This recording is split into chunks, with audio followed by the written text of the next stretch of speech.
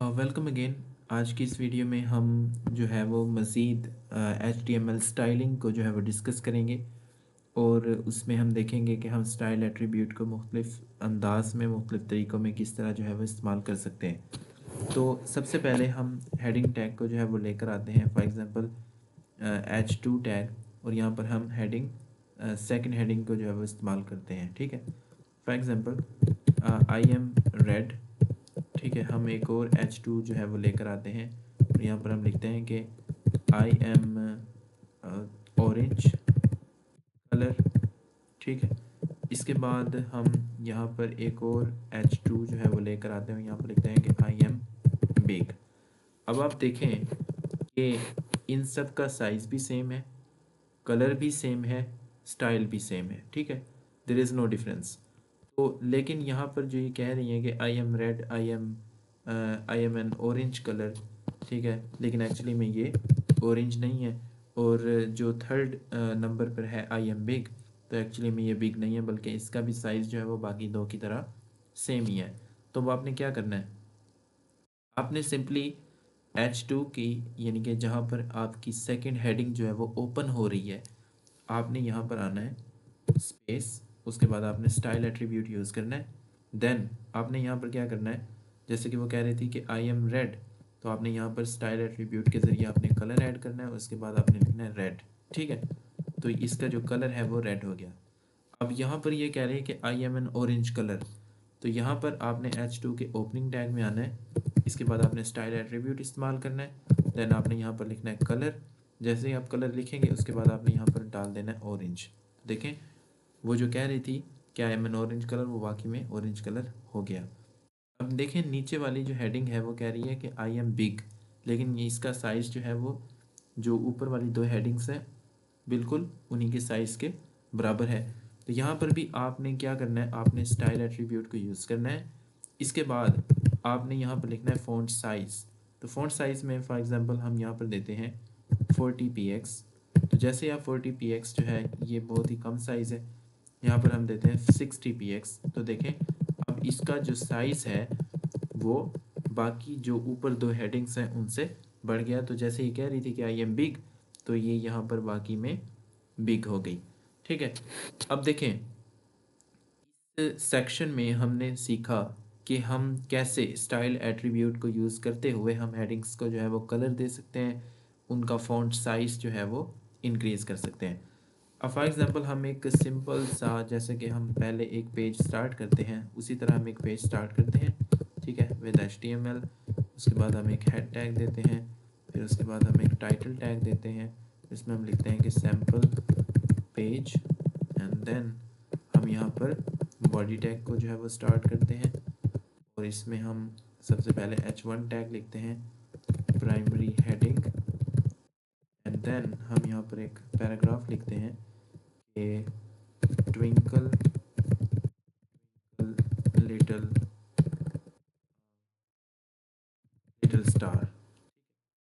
अब आप for example अगर आप इस मुकम्मल, यानी कि देखें, अगर आप रिव्यू टैब में देख रहे हैं तो यहाँ पर जो टेक्स्ट है वो बाय डिफ़ॉल्ट जो जिस तरह मतलब डिज़ाइन किया गया index dot HTML, I mean HTML language को, वो बिल्कुल उसी तरह लिखा आ रहा है। अब आप फॉर एग्ज़ाम्पल इसका बैकग्राउंड जो पूरी बॉडी का चेंज करना चाहते हैं, आप चाहते हैं कि जो भी टेक्स्ट जो है वो इस पेज में आए उसका जो बैकग्राउंड हो वो एक ही हो, और उसके अंदर जो टेक्स्ट लिखा हुआ उसका कलर भी एक ही हो। तो आपने सिंपली क्या आना है, आपने बॉडी को जो है वो डिज़ाइन करना है। आपने बॉडी टैग के जो ओपनिंग टैग है बॉडी का, आपने वहाँ पर आना है, आपने स्पेस का बटन दबाना है, इसके बाद आपने स्टाइल एट्रीब्यूट का इस्तेमाल करना है।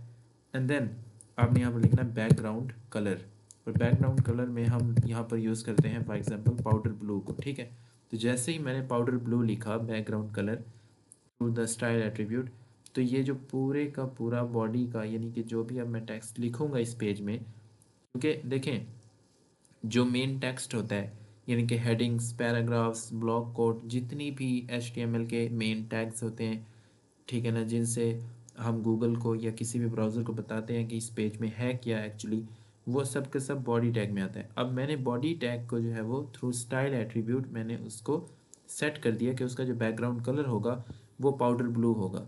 तो इस तरह अब आपको बार बार जो है वो बॉडी का जो स्टाइल है वो सेट करने की ज़रूरत नहीं है, बल्कि आप एक ही बार में बॉडी को जो है वो पाउडर ब्लू कर सकते हैं या कोई और कलर दे सकते हैं through or by using the style attribute. अब देखें यहाँ पर फॉर एग्जांपल अगर मैं यहाँ पर यूज़ करता हूँ ऑरेंज, तो देखें जो कलर है वो ऑरेंज हो गया। अगर मैं यहाँ पर यूज़ करता हूँ फॉर एग्जांपल रेड, तो जैसे ही मैंने रेड लिखा तो वो जो पूरे बॉडी का कलर था वो रेड हो गया। तो इस तरह आप मुख्तलिफ जो है वो कलर इस्तेमाल कर सकते हैं, ठीक है। अब जो है वो हमारा बॉडी का जो कलर है वो येलो हो गया। सो इन दिस वे हम जो है वो बॉडी को स्टाइल दे सकते हैं, हम पैराग्राफ को, हम हेडिंग को जो है वो स्टाइल दे सकते हैं। जैसे कि अभी हम देखकर इसको जो है वो हम स्टाइल करते हैं, ठीक है। फॉर एग्जांपल मैं H1 को स्टाइल यहाँ पर करता हूँ, तो इसमें हम लिखते हैं कलर, इसमें हम कलर में डाल देते हैं रेड। तो जैसे ही मैंने देखा कि जैसे ही मैंने यहाँ पर लिखा ना through the style attribute H1 को मैंने स्टाइल किया और मैंने आगे लिखा कि कलर जो है वो रेड होना चाहिए, तो आप प्रीव्यू टैब में देख सकते हैं कि हमारी जो हेडिंग है उसका कलर रेड हो गया। अब आप पी के ओपनिंग टैग यानी कि पैराग्राफ के ओपनिंग टैग में आए और यहाँ पर एक स्टाइल एट्रीब्यूट इस्तेमाल करें। देन आप यहाँ पर लिखें फॉर एग्ज़ाम्पल और यहाँ पर हम लिख देते हैं ऑरेंज। तो जैसे ही हमने ऑरेंज इंटर किया तो हमारा जो पैराग्राफ था वो ऑरेंज कलर का हो गया। सो इन दिस वे आप जो है वो बॉडी को स्टाइल कर सकते हैं, ठीक है। आई मीन बॉडी को जो है वो कलर दे सकते हैं, आप हेडिंग को कलर दे सकते हैं, आप पैराग्राफ को कलर दे सकते हैं बाय यूजिंग स्टाइल एट्रीब्यूट। सो इस सेक्शन में हमने जो है वो सीखा कि हम बॉडी को, हम हेडिंग को, हम पैराग्राफ को जो है वो किस तरह स्टाइलिंग जो है वो किस तरह दे सकते हैं, ठीक है। So in the upcoming video we are going to learn more about the style attribute by using it in different tags in HTML. So thank you for watching this video. Take care and subscribe to this channel and press the bell icon so you would never miss any update.